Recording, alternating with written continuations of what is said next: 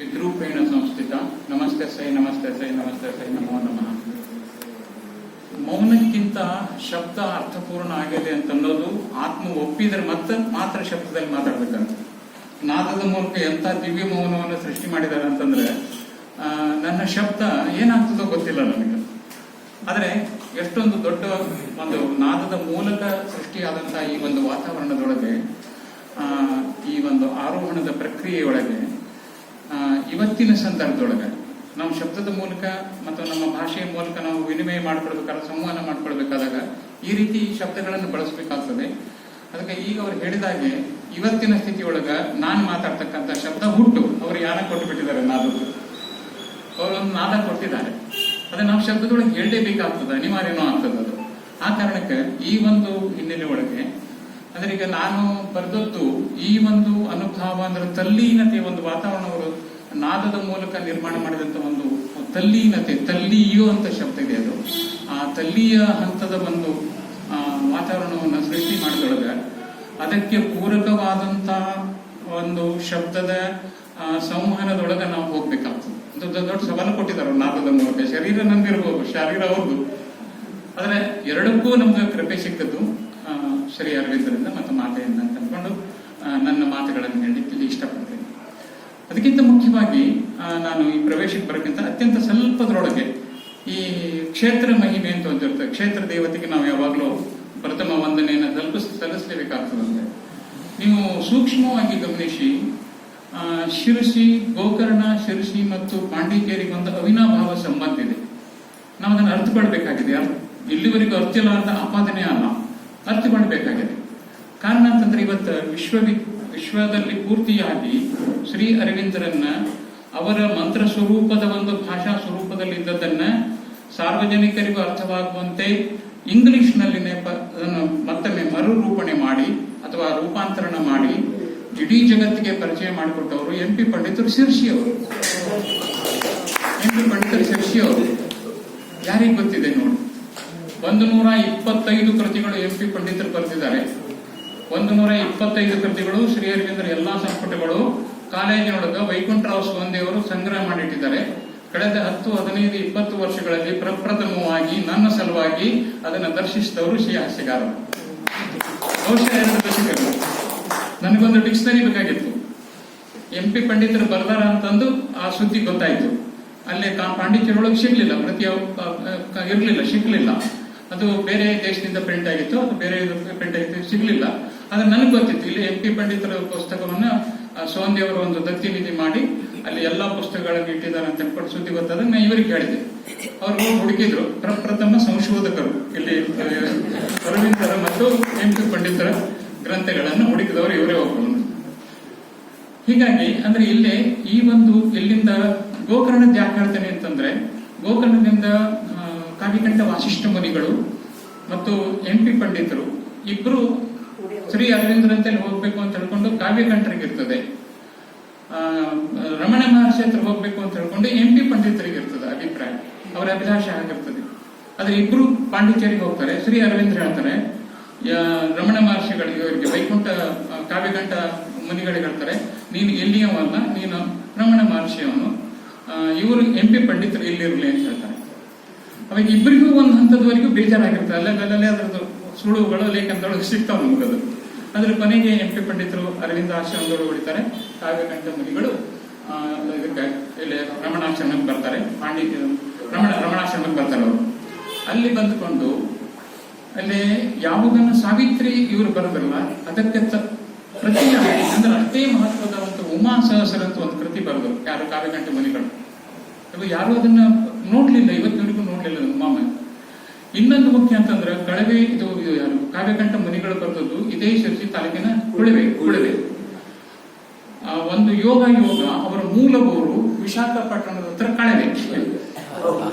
ವಿಶಾಖಪಟ್ಟಣದ ಹತ್ರ ಕಳವೆ, ಸೇಮ್ ಕಳವೆ ಅಂತಿದೆ. ನಾನಿದನ್ನು ಅನುವಾದ ಮಾಡಿದ ನಂತರ ಅವರು ವಂಶಸ್ಥರು ಬಂದು ನಮ್ಮ ಮನೆಗೆ ಬಂದು ತೆಲುಗು ಪುಸ್ತಕ ಕೊಟ್ಟು ಹೋದ್ರು. ತೆಲುಗು ನನಗೆ ಬಡಿದ ಕಡಲೆ. ಆದ್ರೆ ಅವರು ಯಾವತ್ತಾದ್ರೂ ಹೆಲ್ಪ್ ಬರ್ಬೋದು ಅಂತ ಹೇಳ್ಕೊಂಡು ಕೆಲವಷ್ಟು ಅವರು ತೆಲುಗಿನಲ್ಲಿ ಬರೋದನ್ನು ಕೊಟ್ಟು ಹೋದ್ರು. ಹೀಗಾಗಿ ಇಲ್ಲಿ ನಾನು ಯಾಕೆ ಅವಿನಾಭಾವ ಸಂಬಂಧದ ಬಗ್ಗೆ ಮಾತಾಡ್ತೇನೆ ಅಂತಂದ್ರೆ, ಇಲ್ಲಿ ಗೋಕರ್ಣದಲ್ಲಿ 1952 ಯಾವುದೋ ಒಂದು ಅವತರಣ ಆಯಿತು, ಶ್ರೀ ಅರವಿಂದರ ನಂತರದಲ್ಲಿ ಒಂದು ಅವತರಣ ಆಯಿತು ಅಂತ ಹೇಳ್ಕೊಂಡು ಬೇಂದ್ರೆ ಅವ್ರ ಮೇಲೆ ಪ್ರಭಾವ ಆಗಿದ್ದು, ಬೇರೆದವ್ರ ಮೇಲೆ ಪ್ರಭಾವ ಆಗಿದ್ದು, ಹೆಚ್ಚಿಗೆ ಇಲ್ಲೇ ಉತ್ತರ ಕನ್ನಡದ ಮೇಲೆ ಪ್ರಭಾವ ಆಗಿದ್ದು ಅಂತಂದ್ರೆ ಪ್ರಪ್ರಥಮ ಬಾರಿಗೆ ಅಗ್ನಿವೀಳೆ ಪುರೋಹಿತಂ ಋಗ್ವೇದದ ಮೊದಲ ಶಬ್ದ ಅಗ್ನಿ ಸಹಸ್ರನಾಮ ಬಂದದ್ದು 50ರ ನಂತರ ಸಾಂಬತಿ ಕ್ಷೇತ್ರದಿಂದ ಗೋಕರ್ಣದವರು. ಪ್ರಪ್ರಥಮವಾಗಿ ಇವತ್ತಿನ ಕಾಲಕ್ಕೂ ಮಂತ್ರ ದರ್ಶನ ಆಗ್ತದೆ ಅಂತ ಅನ್ನೋದನ್ನ ಸಂಪೂರ್ಣ ಸಿದ್ಧ ಮಾಡಿದವರು ಮಹರ್ಷಿ ದೈವರಾಜರು ಗೋಕರ್ಣದವರು. ಅದನ್ನ ಲಿಖಿತ ಮಾಡಿದವರು ಕಾವ್ಯಕಂಠ ವಾಸಿತ ಗಣಪತಿ ಮುನಿಗಳು. ಅಂದ್ರೆ ಯಾವುದೋ ಒಂದು ಆಧ್ಯಾತ್ಮಿಕ ಹೇಳೇನೋ ಅಥವಾ ಒಂದು ಗುಹ್ಯ ಅಂತನ ಬಳಸಬೇಕಾದ್ರೆ ಕೂಡ ಒಂದು ಸಂಬಂಧ ಈ ಪ್ರದೇಶಕ್ಕೂ ಮತ್ತು ಪಾಂಡಿಚೇರಿಗೂ ಇದೆ ಅಂತ ನನ್ನ ವೈಯಕ್ತಿಕ ಅನಿಸಿಕೆ ಇದೆ. ಅಂದ್ರೆ ಈ ಒಂದು ವಾತಾವರಣದ ಈ ಒಂದು ವಾತಾವರಣಕ್ಕೆ ನನ್ನ ಯೋಗ, ನಾನು ಈ ಒಂದು ವಾತಾವರಣಕ್ಕೆ ನಾನು ಬಂದ ಮೇಲೆ ನಿಲ್ಲಬೇಕಾಯ್ತು ಮತ್ತೊಂದು ಪ್ರದೇಶದಿಂದ. ಕಳೆದ 30-35 ವರ್ಷದಿಂದ ನಾನು ಈ ವಾತಾವರಣದೊಳಗೆ ಬಂದೇನೆ. ಆದ್ರೆ ಏನೋ ಕಾರಣದಿಂದ ನಾನು ಎಷ್ಟೇ ಲೌಕಿಕ ಹೋಗ್ತೇನೆ ಅಂತಂದ್ರೆ ಅಷ್ಟು ಘನವಾದಂತ ಪೆಟ್ಟದಿಂದ ಮತ್ತೆ ಈ ಲೈನಿಗೆ ಬರತಕ್ಕಂತ ಅನುಭವ ನನಗಿದೆ. ಕೊನೆಗೆ ಯಾವಾಗ ಈ ಲೈನ್ ಒಪ್ಪಿಕೊಂಡೆ ನಾನು, ಆಮೇಲೆ ಈಗ ನಿಮ್ಮ ಎದುರಿಗೆ ಇದ್ದೇನೆ ನಾನು. ಹೀಗಾಗಿ ಅಂದ್ರೆ ಈ ಅವಿನಾಭಾವ ಸಂಬಂಧದ ಒಳಗೆ ಅಂದ್ರೆ ಆಧ್ಯಾತ್ಮಿಕ ಪರಂಪರೆಯ ಒಂದು ಹಿನ್ನೆಲೆ ಒಳಗೆ ಈಗಲೂ ಒಂದು ಮಾತು ಹೇಳ್ಬಿಡ್ತೇನೆ. ಇನ್ನೊಂದು, ಈ ಪುಸ್ತಕ ಬರೀಲಿಕ್ಕೆ ಚಾಲು ಮಾಡಿ 24 ವರ್ಷ ಆಯ್ತು ಕರೆಕ್ಟ್ ಆಗಿ. 12 ವರ್ಷ ಮುಗಿದ ಮೇಲೆ 12 ವರ್ಷದ ಹಿಂದೆ ಪ್ರಪ್ರಥಮವಾಗಿ ಇದನ್ನು ಅವರ ಲೋಕಧ್ವನಿ ಒಳಗೆ ಇದನ್ನು ಅವರು ಪ್ರತಿ ವಾರ ಹಾಕ್ತಿದ್ರು. ಸುಮಾರು 150-160 ನುಡಿಗಳು 12 ವರ್ಷದವರೆಗೆ ಸುಮಾರು ದಿನ ಬಂದಿದೆ. ಇವರು ಲೋಕಧ್ವನಿ ಒಳಗೆ ಬಂದಿದೆ. ತದನಂತರ ಸರಿಯಾಗಿ 12 ವರ್ಷಕ್ಕೆ ಅವರು ಸಿಕ್ಕಿದ್ದಾರೆ. ನಾದ ಸಿಕ್ಕಿದೆ ನನಗೆ. ಇದು ಏನು ರಹಸ್ಯ ಗೊತ್ತಿಲ್ಲ ನನಗೆ. ಸರಿ 12 ವರ್ಷ ನಿಖರವಾಗಿ 12 ವರ್ಷ ನಾ ಡೇಟ್ ಬರ್ದೆ, ಡೈರಿ ಬರೀತೀನಲ್ಲ, ನಿಖರವಾಗಿ 12 ವರ್ಷಕ್ಕೆ ಘಟನೆ ನಡೆದಿದೆ. ಹೀಗಾಗಿ ಈ ಒಂದು ಸಂಪೂರ್ಣವಾಗಿ ಈ ಯೋಗಕ್ಕೆ, ನಿಯತಿಗೆ ನಮ್ಮನ್ನು ನಾವು ಸಮರ್ಪಣೆ ಮಾಡಿಕೊಂಡ್ವಿ ಅಂತಂದ್ರೆ, ನಮ್ಮನ್ನು ನಾವು ಸಮರ್ಪಣೆ ಮಾಡಿಕೊಂಡು ನನ್ನನ್ನು ಕಳೆದುಕೊಳ್ಳೋದು ಅಂತಲ್ಲ, ಈ ದೇಹದಲ್ಲಿ ಇದ್ದುಕೊಂಡು ಆ ವಿಶ್ವ ರಹಸ್ಯವನ್ನು ಅರ್ಥಕೊಳ್ತಕ್ಕಂಥ ಒಂದು ಮಿಡಿತದೊಳಗೆ ನಾವು ಸಮಸ್ಪಂದಿ ಆದ್ವಿ ಅಂತಂದ್ರೆ ಅದು ತಾನಾಗಿ ತೋರಿಸ್ತದೆ. ನಮ್ ಕೈ ಕೊಡೋದಷ್ಟೇ. ನಾನು ಬರದೆ ಅಂತಂದ್ರೆ ಅಹಂ ಆಗ್ತದೆ. ನನಗೆ ಗೊತ್ತಿಲ್ಲ ಈ ಶಬ್ದ ಆಮೇಲೆ ಓದಿ ಅಂದ್ರೆ ನಾನು ಬರ್ದದ್ದು ಹೌದು ಅಂತ ನನಗೆ ಅನಿಸ್ತದೆ. ಈ ಒಂದು ಹಿನ್ನೆಲೆ ಒಳಗ ಶಿರಸಿಗೆ ಇರ್ತಕ್ಕಂಥ ಮತ್ತು ಪಾಂಡಿಚೇರಿಗೆ ಇರ್ತಕ್ಕಂಥ, ಗೋಕರ್ಣಕ್ಕೆ ಇರ್ತಕ್ಕಂಥ ಆಧ್ಯಾತ್ಮಿಕ ಸಂಬಂಧದ ಹಿನ್ನೆಲೆ ಏನು ಅನ್ನೋದು ನನಗೆ ಇನ್ನೂವರೆಗೂ ಕುತೂಹಲ ಇದೆ.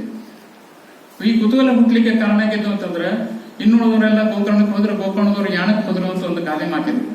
ಆ ಒಂದು ಸಣ್ಣ ವಾಕ್ಯ ಹಿಡ್ಕೊಂಡು ಹೊಂಟವ್ ನಾನು. ಆ ವಾಕ್ಯ ನನ್ನನ್ನು ಇಲ್ಲಿ ತಕ್ಕ ನಿಲ್ಲಿಸ್ತು.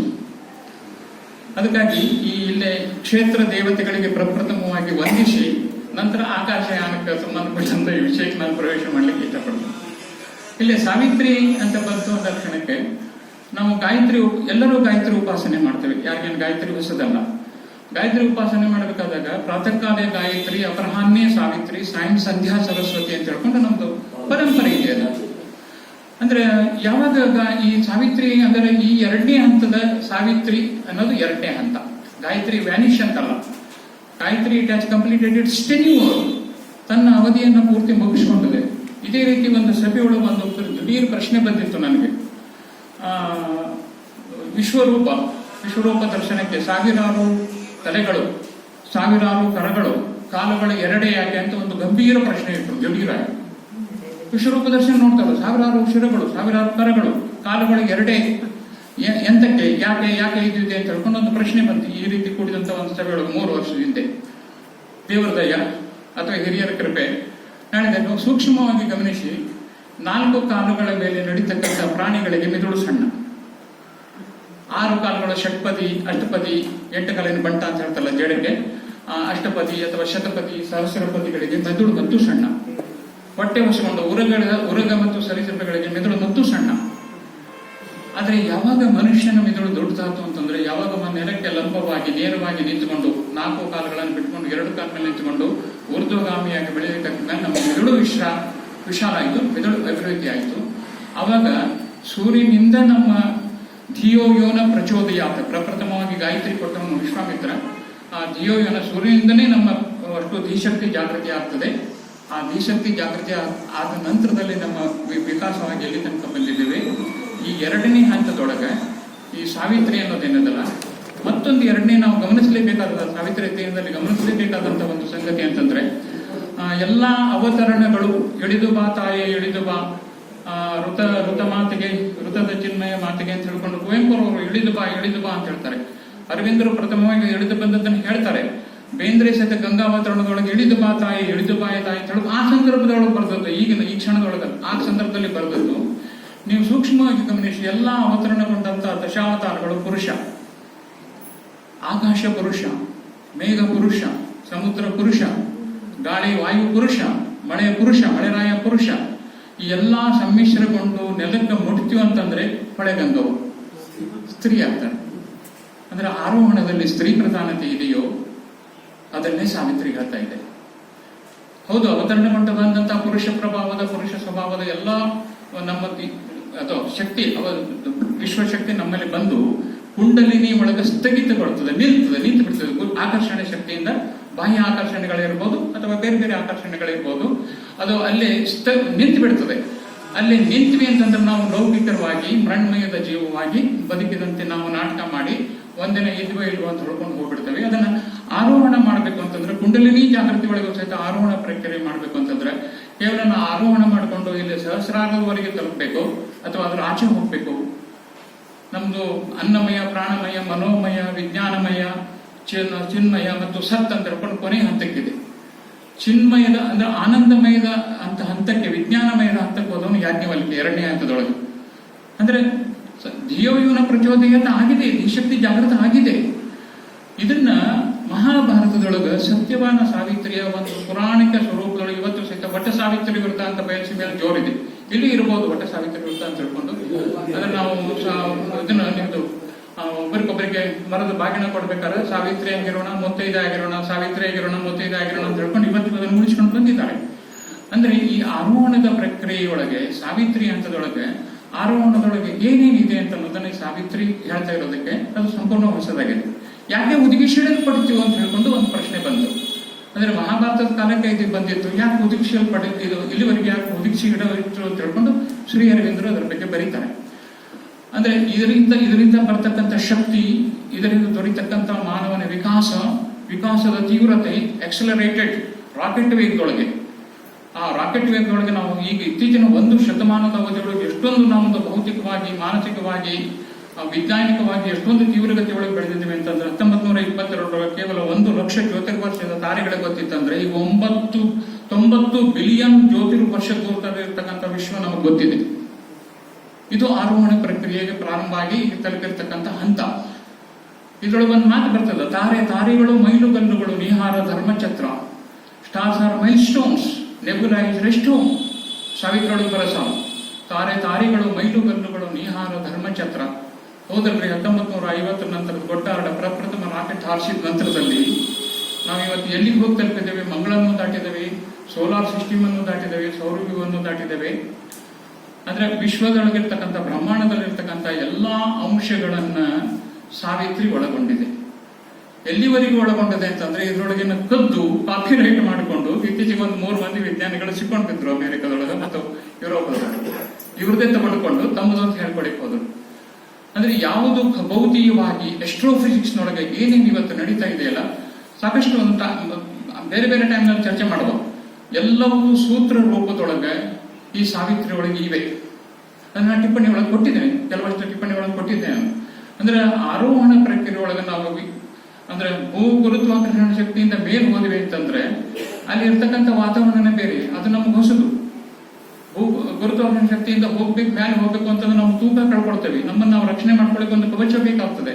ಅಂದ್ರೆ ಇವೆಲ್ಲವೂ ಇತ್ತೀಚೆಗೆ ಬಂದಂತ ಒಂದು ವೈಜ್ಞಾನಿಕವಾಗಿ ನಮ್ಮ ಕಣ್ಣಿದರಿಗೆ ಪ್ರತಿಯೊಂದನ್ನು ವಿಜ್ಞಾನ ಪ್ರಕಾರದ ಏನಂದ್ರೆ ಒಂದು ವಿಜ್ಞಾನದ ಗದ ನೋಡಿ ಅಂತ ಹೇಳ್ತೇವಲ್ಲ, ಇದನ್ನ ಸಾವಿತ್ರಿ 1922-23 ಒಳಗೆ ಒಂದು ಟಿಕ್ಸ್ ಟು ರಿಲ್ಯಾನ್ಸ್ ಅಂತ ಒಂದು ಶಬ್ದ ಬರೀತಾರೆ. ಇದ್ರೊಳಗೆ ಪ್ರಥಮ ಸಂಪುಟದೊಳಗೆ ಬರ್ತದೆ. ಅದರೊಳಗೆ ಅಂದ್ರೆ ನಮ್ಮ ಹೆಂಗ ಹೃದಯ ಈಗ ಆಕುಂಚನ ಮತ್ತು ವಿಕಸನ ಆಗ್ತದಲ್ಲ, ಅನ್ನೋದು ಹೃದಯ ಸ್ಪಂದನ ಆಗ್ಬೇಕಾದಾಗ ಇಡೀ ವಿಶ್ವ ಅದೇ ರೀತಿ ಆಕುಂಚನ ಮತ್ತು ವಿಕಸನ ಆಗ್ತದೆ. ಅದು ಆಕುಂಚನ ಆದಾಗಲಿ ಅಥವಾ ವಿಕಸನ ಆದಾಗಲಿ ಇಟ್ ದ ಲಾಸ್ಟ್ ಲಿಮಿಟ್, ಕೊನೆಯ ಹಂತದೊಳಗೆ ಅದು ಸ್ಫೋಟನ ಆಗ್ಬಹುದು ಅಥವಾ ಮರ್ಜ್ ಆಗಿ ಬ್ಲಾಕ್ ಹೋಲ್ ಆಗ್ಬಹುದು. ಇದು ವಿಜ್ಞಾನ ಒಪ್ಪಿಕೊಳ್ತದೆ. ಅದನ್ನ ಒಂದು ಬಿಗ್ ಬ್ಯಾಂಗ್ ಆಗ್ಬಹುದು, ಇಲ್ಲಪ್ಪ ಅಂತಂದ್ರೆ ಬ್ಲಾಕ್ ಹೋಲ್ ಆಗ್ಬಹುದು ಅಂತ ಅನ್ನೋದನ್ನ ಬ್ಲಾಕ್ ಹೋಲ್ ಇವತ್ತಿನ ಫಿಸಿಕ್ಸ್, ಆಸ್ಟ್ರೋಫಿಸಿಕ್ಸ್ ಹೇಳ್ತದೆ. ಇದ್ರೊಳಗೆ ಅವ್ರು ಬರೀತಾರೆ ಟಿಪ್ಸ್ ಟು ರಿಲಯನ್ಸ್ ಅನ್ನೋ ಶಬ್ದ, ಅದನ್ನೇ ಬರೀತಾರೆ. 1930 ಅವ್ರು ಬರೆದ ಶಬ್ದ. 1968-69 ಜರ್ಮನಿನ ವಿಜ್ಞಾನಿ ಇದನ್ನು ಪ್ರೂವ್ ಮಾಡಿದ. ಹೀಗಾಗಿ ಸಾವಿತ್ರಿ ಏನಾಗಿದೆ ಅಂತಂದ್ರ ಆಧ್ಯಾತ್ಮಿಕದ ಹಿನ್ನೆಲೆ ಒಳಗೆ ಅದನ್ನ ಅವರು ರೂಪಣೆ ಮಾಡಿದ್ದಿದೆ ಅಂತ ಅನ್ಕೊಂಡು ಆ ಅಧ್ಯಾತ್ಮದ ಹಿನ್ನೆಲೆ ಒಳಗೆ ಅದನ್ನ ಅರ್ಥೈಸ್ಕೊಳ್ಬೇಕು. ಅಥವಾ ನಮ್ಮ ಬದುಕು, ನಮ್ಮ ಭಾವ, ನಮ್ಮ ಜೀವನ, ನಮ್ಮ ಗತಿ, ನಮ್ಮ ಪ್ರಗತಿ ಎಲ್ಲವೂ ಈಗ ನಾವು ಇವತ್ತು ನೋಡಿ, ಹಿಂದೆ ನಮ್ದು ಡಾರ್ವಿನಿಯನ್ ಸಿದ್ಧಾಂತ ಪ್ರಕಾರ ನಮ್ಮ ಫೋನಿಗೆ ಬಾಲ ಇತ್ತು, ಇವತ್ತು ಬಾಲ ಕತ್ತರಿಸಿದೆ. ನಾವು ಮೊಬೈಲ್ ಕೈ ಮೇಲೆ ಎತ್ತೇವೆ, ಎಲ್ಲವೂ ಮೇಲೆ ಹೋಗ್ತಾ ಇದೆ. ನೆಟ್ವರ್ಕ್ ಸಿಗ್ಲಿಲ್ಲ ಅಂದ್ರೆ ಕೈ ಮೇಲೆ ಎತ್ತೇವೆ ನಾವು. ಅಂದ್ರೆ ಪ್ರತಿಯೊಂದು everything is controlled by satellite. Satellite ಇಲ್ಲ ಅಂದ್ರೆ ಏನೂ ಇಲ್ಲ. ಅಂದ್ರೆ ಎಲ್ಲವೂ ಸಹಿತ ಮೇಲಿನಿಂದ ಊರ್ಧ್ವಮುಖಿ ಆದಂತ ಚಲನೆ ನಮ್ಮದು ಈಗ ಪ್ರಾರಂಭ ಆಗಿದೆ. ಇದರದ್ದು ಗತಿ ಏನು, ಇದರದ್ದು ಪ್ರಗತಿ ಏನು, ಅದರದ್ದು ಪ್ರಗತಿಯ ಪಥಗಳು ಏನು ಅಂತ ಅನ್ನೋದನ್ನ ಸಾವಿತ್ರಿ ಒಳಗೆ ಅವರು ಸೂತ್ರ ರೂಪವಾಗಿ ಅದೊಂದು ಮಂತ್ರ ಕಾವ್ಯ ಅಂತ ಹೇಳ್ತಾರೆ. ಮಂತ್ರಗಳ ಹೆಂಗೆ ಋಗ್ವೇದಕ್ಕೆ ಅಥವಾ ವೇದಗಳಿಗೆ ಮತ್ತು ಮಂತ್ರಗಳಿಗೆ ಹೇಗೆ ಬೇರೆ ಬೇರೆ ಬೇರೆ ಬೇರೆ ಅವರವರ ಅಭಿಪ್ರಾಯದೊಳಗೆ ನಾವು ಅಭಿವ್ಯಕ್ತಿಗಳೊಳಗೆ ನಾವು ಅರ್ಥವನ್ನು ಮಾಡ್ಕೊಳ್ತೇವಲ್ಲ, ಹಾಗೆ ಸಹಿತ ಆ ದಿವ್ಯ ಜೀವನಕ್ಕೆ ಮಂತ್ರ ಸಾವಿತ್ರಿ ಇದು ಪೂರ್ಣ ಯೋಗ ಪಥವು. ಅವರು ಬರೆದ ಪುಸ್ತಕಗಳು. ದಿವ್ಯ ಜೀವನ ನಮ್ದು ಆಗ್ಬೇಕು, ಅದಕ್ಕೆ ಮಂತ್ರ ಯಾವುದು? ಮಂತ್ರ ಉಂಟು, ಸಾವಿತ್ರಿ ಉಂಟು. ಹಾಗಾದ್ರೆ ಪಥ ಯಾವುದು? ಯೋಗ ಪಥ. ಎಂತ ಯೋಗ? ನಮ್ದು ಈಗ ಇರಿಗಿರ್ತಕ್ಕಂಥ ಭಕ್ತಿ ಯೋಗ, ಕರ್ಮಯೋಗ, ಜ್ಞಾನ ಯೋಗ, ರಾಜಯೋಗ, ಒಂದು ಹಂತದವರೆಗೂ ಹಠಯೋಗಗಳು. ಈ ಎಲ್ಲಾ ಹಠಯೋಗಗಳಲ್ಲಿ ಮನುಷ್ಯ ತನ್ನ ಮೃಣ್ಮಯದ ಬದುಕಿನ ಸೌಂದರ್ಯಕ್ಕೆ ಅಥವಾ ತನ್ನ ಅಭೀಕ್ಷೆಗಳನ್ನು ಈಡೇರಿಸಿಕೊಳ್ಳಕ್ಕೆ ಏನ್ ಮಾಡಬೇಕು ಎಲ್ಲವನ್ನು ಕಂಡುಬಿಟ್ಟಿದ್ದಾನೆ. ಆದ್ರೆ ಇದು ನಮಗೆ ಈ ಒಂದು ಆಧಾರ ಭೂಮಿಗೆ ನಮ್ಮ ಮೇಲೆ ಸಾಕಾಗ್ತದೆಯೋ ಇಲ್ಲ, ಇದನ್ನ ಇಟ್ ಶುಡ್ ಬಿ ಸಿಂಥಸೈಸ್, ಇದು ಸಮನ್ವಯ ಆಗ್ಬೇಕು ಅಂತ. ಈ 4 ಯೋಗಗಳನ್ನು ಸಮನ್ವಯ ಮಾಡಿಕೊಂಡು ಈ ಮಂತ್ರದೊಳಗಿರ್ತಕ್ಕಂಥ ಒಂದು ಅರ್ಥವನ್ನು ಅರ್ಥೈಸಿಕೊಂಡ್ರೆ ನಮ್ಮ ಜೀವನ ದಿವ್ಯ ಜೀವನ ಅಂತ ಅನ್ನೋದು ಅವ್ರದ್ದು ಮೂಲ ಸ್ಥಾಯಿ ಭಾವ. ಅವರು ಶ್ರೀ ಅರವಿಂದ್ರೆ 6 ಸ್ವರೂಪದೊಳಗಿದ್ದವರು. ಹೀಗಾಗಿ ಈ ಒಂದು ಹಿನ್ನೆಲೆಯೊಳಗ ಸಾವಿತ್ರಿಯನ್ನ ಪ್ರಾರಂಭ ಮಾಡಬೇಕಾದಾಗ ನನಗೆ 96ರಲ್ಲಿ ಒಬ್ರು ಇದೇ ಉತ್ತರ ಕನ್ನಡದವರೇ ಒಬ್ರು ಹೇಳಿದ್ರು ನನಗೆ. ಅಂದ್ರೆ ರಾಮಾಯಣ ಮತ್ತು ಮಹಾಭಾರತ ನಂತರ ಯಾಕೆ ಮಹಾಕಾವ್ಯಗಳು ಬರಲಿಲ್ಲ ಅಂತ ನಂದು ಮೊಂಡುವಾದ. ಬೇರೆ ಇಷ್ಟೆಲ್ಲ ಆದ್ರೂ ಸಹಿತ ಯಾಕೆ ಬೇರೆ ಮಹಾಕಾವ್ಯಗಳು ಬರಲಿಲ್ಲ? ಯುಗ ಪರಿವರ್ತನೆ ಆಗದಂತ ಹೊಸ ಕಾವ್ಯ ಬರ್ಬೇಕಲ್ಲ. ಅವಾಗ ಅವ್ರು ಒಂದು ಉದಾಹರಣೆ, ನೋಡಪ್ಪ ನೀನಂಗಾರ ಸಾವಿತ್ರಿ ಓದು, ಆಮೇಲೆ ನಿನ್ನ ಅರ್ಥ ಮಾಡ್ಕೋ. ಬೇರೆದವ್ರು ಓದಿದ್ದಾರೆ, ಅವ್ರು ಹಿಂಗ್ ಬರ್ತಾರೆ, ನೋ, ನೀನೇ ಓದ್ತಕ್ಕದ್ದು ಒರಿಜಿನಲ್ ಪುಸ್ತಕ ಇಟ್ಕೊಂಡು ಓದ್ಬೇಕು. ಅದು ನಿನ್ನನ್ನು ಎಲ್ಲಿ ಕರ್ಕೊಂಡು ಹೋಗ್ತದ ಹೋಗ್ಲಿ ಅಂತ ಅನ್ಕೊಂಡು ನಂಗೆ 96-98 ಒಬ್ಬ ಹಿರಿಯರು ಹೇಳಿದ್ರು. ಅದನ್ನು ಅವಾಗಿನಿಂದ ನಾ ಈ ಸಾವಿತ್ರಿ ಪುಸ್ತಕವನ್ನ ಓದ್ಕೊತ ಹೊಂಟವನು. ಅದು ಇಲ್ಲಿ ತನಕ ನನ್ನನ್ನು ಕರ್ಕೊಂಡು ಬಂದು ನಿಲ್ಲಿಸಿದೆ. ಇದು ಸಾವಿತ್ರಿ ನಿರ್ಮಾಣವಾಗ್ತಕ್ಕಂಥ ಯಾವುದೇ ಒಬ್ಬ ಕವಿಗೆ ನಾನು ಬರೆದಂತ ಇದರೊಳಗಿನ ಶಬ್ದದ ಅರ್ಥ ಹೀಗೆ ಅಂತ, ಯಾವುದೇ ಒಬ್ಬ ಕವಿಗೆ ತಾನು ಬರೆದ ಶಬ್ದದ ಪ್ರತಿಮೆಯ ಅರ್ಥವ್ಯಾಪ್ತಿ ಹೀಗೆ ಇದೆ, ಹೀಗೆ ಅರ್ಥೈಸ್ಕೊಳ್ಬೇಕು ಅಂತ ಹೇಳ್ತಕ್ಕಂಥ ಹಕ್ಕು ಇಲ್ಲ. ಆದ್ರೆ ಯಾವ ಸಂದರ್ಭದಲ್ಲಿ ಅದನ್ನು ಬರಿಬೇಕಾಯ್ತು ಅನ್ನೋದು ಹೇಳೋದು ಕರ್ತವ್ಯ ಇರ್ತದೆ. ಈಗ ನಾನು ಈ ಶಬ್ದದ ಅರ್ಥ ಹೀಗೆ ಅಂತಂದ್ರೆ ಅದು ನನಗೆ ಕಂಡದ್ದು, ಮತ್ತೊಬ್ಬರಿಗೆ ಬೇರೆ ಕಾಣಬಹುದು. ನಂದೀಶ್ ಅವರಿಗೆ ಬೇರೆ ಏನೋ ನಾದನ್ನ ಕಾಣ್ತದೆ, ನನಗೆ ಕಾಣದ್ದು ನಾದ ಅವರಿಗೂ ಕಾಣ್ತದೆ. ಅಂದ್ರೆ ಒಂದು ಶಬ್ದದ ಸೃಷ್ಟಿ ಆಗ್ಬೇಕಾದಾಗ ನನ್ನ ಕಂಠದಲ್ಲಿ ಬೆಳಗ್ಗೆ ಬರಲಿ ವೈಖರಿಯ ವಾಣಿ ಅಂತ ಹೇಳ್ಕೊಂಡು, ಅಂದ್ರೆ ಅದು ನನ್ನ ಕಂಠದೊಳಗೆ ಬರಬೇಕು, ತುಟಿಯಿಂದ ಹೊರಗೆ ಬಂದದ್ದು ವೈಖರಿ ಅಂತ ನಾವು ವ್ಯಾಕರಣ ಕಲಿಸ್ತೇವೆ. ಕಂಠದೊಳಗೆ ಅದು ವೈಖರಿ ಆಗ್ಬೇಕದು ಅಂತ ಹೇಳ್ಕೊಂಡು ಆ ಹಂತದೊಳಗೆ ಮಾತ್ರ ಅದು ನಾದದ ಸ್ವರೂಪ ನಮಗೆ ಗೊತ್ತಾಗ್ತದೆ. ಆ ಒಂದು ಹಿನ್ನೆಲೆ ಒಳಗೆ ಇಟ್ಕೊಂಡು ಸಾವಿತ್ರಿ ಅಧ್ಯಯನವನ್ನ ಇದು ಏಕಜೀವ ಸದಾಶಿವ ಯಾರು ಹೇಳ್ಕೊಡೋರಿಲ್ಲ, ಈಗಲೇ ಇಲ್ಲ, ಹೇಳ್ಬೇಕು. ಹೀಗಾಗಿ ಇದನ್ನ ನಾವು ಹೆಂಗೇನ್ ಬರ್ತದೆ ಹಂಗೆ ಅನುಭವಿಸ್ತಾ ಓದಿದ್ದು ಈ ಸಾವಿತ್ರಿ ಹಿನ್ನೆಲೆ ಒಳಗೆ. ಇನ್ನು ನೇರವಾಗಿ ಸಾವಿತ್ರಿಗೆ ಬಂದ್ವಿ ಅಂತಂದ್ರೆ, ಅಂದ್ರೆ ಈಗ 2ನೇ ಹಂತದೊಳಗ ಧೀಶಕ್ತಿ ಜಾಗೃತಿ ಆದ ಹಂತದೊಳಗ ನಾನು ಈಗ ಅವಿನಾಭಾವ ಸಂಬಂಧ ಅಂತ ಹೇಳಿದ್ದೆಲ್ಲ, ಹಂಗ ಒಂದು ವಿಕಾಸದ ಒಂದು ನಿಯತಿ ಇದೆ. ಸರಿ 800 ವರ್ಷ ಕ್ಯಾಲೆಂಡರ್ ಇದೆ. ನಂದು ಕಲ್ಪನೆ ಅಲ್ಲ, ಊಹೆ ಅಲ್ಲ, ಭ್ರಮೆ ಅಂತೂ ಮಾತ್ರಲ್ಲ. ಸರಿ 800 ವರ್ಷಕ್ಕೊಂದೊಂದೊಂದು ಕ್ಯಾಲೆಂಡರ್ ಇದೆ.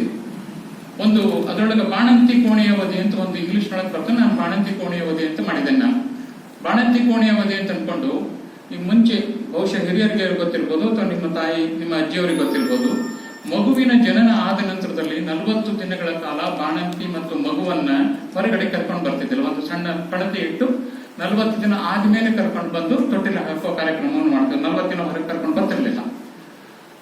2ನೇದು ಕ್ರಿಸ್ತನಿಗೆ ಪುನರುತ್ಥಾನ ಆಗಿದ್ದು 40 ದಿನಕ್ಕೆ. ಜೈನರಲ್ಲಿ ಪರುಷಾನ ಅಂತಿರೋದು 40 ದಿನದ್ದು. ಅದೇ ರೀತಿ ಮುಸ್ಲಿಮರೊಳಗೆ 40 ದಿನದ್ದು ಉಪವಾಸದೆ.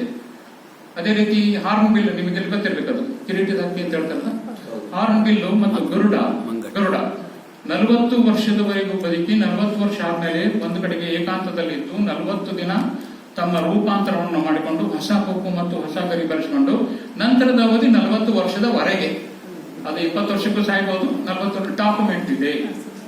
ದಾಂಡೇಲಿ ಒಳಗದಂತ ಡಾಕ್ಯುಮೆಂಟ್ ಮಾಡಿದ್ದಾರೆ. ಅದೇ ರೀತಿ ಯೋಗದೊಳಗ ಕುಂಡಲಿನಿ ಜಾಗೃತಿಗೆ 40 ದಿನದ ಒಂದು ವಿಧಾನ ಉಂಟು. ಆಯುರ್ವೇದದೊಳಗೆ 40 ದಿನದ ವಿಧಾನ ಉಂಟು. ಶ್ರೀಲಂಕಾದೊಳಗೆ 30 ವರ್ಷಕ್ಕೊಮ್ಮೆ ಹನುಮಂತ ಲೇಮನ್ ಅಲ್ಲಿರ್ತಕ್ಕಂಥ ನಿವಾಸಿಗಳು, ಮೂಲ ನಿವಾಸಿಗಳು 40 ವರ್ಷಕ್ಕೊಮ್ಮೆ ಒಂದು ದೇವಸ್ಥಾನ, ಹನುಮಂತ ದೇವಸ್ಥಾನವನ್ನು ತೆಗೆದು 1 ವರ್ಷ ಪೂಜೆ ಮಾಡಿ ಮತ್ತೆ ಮುಂಚೆ 40 ವರ್ಷಕ್ಕೆ ತೆಗಿತಾರೆ. ಇವತ್ತು ನಡೀತಾ ಇದೆ. ಈ 40 ನನಗೆ ಹುಚ್ಚಿಡಿಸ್ತು. ಏನಿದು 40 ಹಂಗಾರ ಅಂತಂದು ಹುಡುಕೋತ ಹೋದ್ವಿ ಅಂತಂದ್ರೆ, ಈ 40 ವರ್ಷದ ಅವಧಿ ನಮ್ಮ ಬದುಕಿನೊಳಗೆ ಹೇಗಿದೆ ಅಂತಂದ್ರೆ 47 ಅಂದ್ರೆ ಸತ್ತ ಅನ್ನಮಯ, ಪ್ರಾಣಮಯ, ಮನೋಮಯ, ನಮ್ದು 7 ಹಂತ ಏನಿದೆ 40 ಗುಂಡ್ಲೆ 7 280, 280 ಭಾಗಲೆ 30, 9 ತಿಂಗಳು 10 ದಿನಕ್ಕೆ ಮಗುವಿನ ಜನನ ಆಗ್ತದ್ರಿ. 7 ಹಂತದೊಳಗೆ ಜನನ ಆಗ್ತದೆ. ವಿಜ್ಞಾನ ಒಪ್ಪಿಕೊಳ್ತದೆ ಇದನ್ನೇ. 7 ಹಂತದೊಳಗನೆ ಮಗುವಿನ ಜನನ ಆಗ್ತದೆ. ಒಂದೊಂದು ಅಂಗ ಪೂರ್ತಿ ಆಗ್ಲಿಕ್ಕೆ 7 ಹಂತದೊಳಗ ಒಂದು ಮಗುವಿನ ಪೂರ್ತಿ ಜನನಾಗಿ ಸರಿಯಾಗಿ 280, 9 ತಿಂಗಳು 10 ದಿನ, 31 ಬಂದದ್ದು, 30 ಬಂದದ್ದು. ನೀವು ಈ ಕ್ಯಾಲೆಂಡರ್, ಇಂಗ್ಲಿಷ್ ಕ್ಯಾಲೆಂಡರ್ ಇಟ್ಕೊಂಡ್ರೆ ನಮಗೆ ಗೊತ್ತಿಲ್ಲ ಅದು.